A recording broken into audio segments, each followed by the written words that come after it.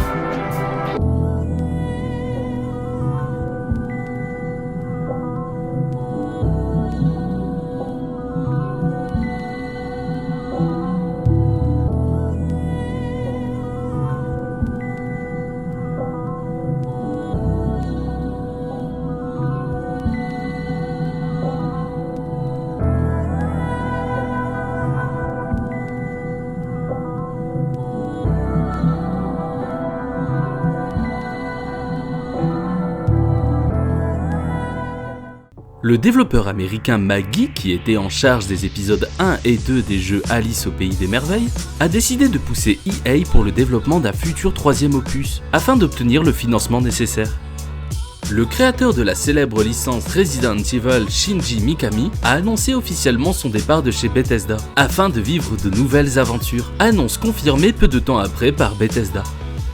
Les développeurs de chez Con Radical Games ont décidé de boycotter leur éditeur en retirant The Outbound Ghost de Steam. La raison ? Un portage du jeu sur les consoles par les éditeurs qui était jugé mal fait par le créateur du jeu. Mais ce n'est pas la seule raison, car les éditeurs n'auraient pas reversé les royalties aux développeurs, et ce depuis la sortie de la version PC. Cette action n'est que la première étape afin de peut-être éviter les actions juridiques.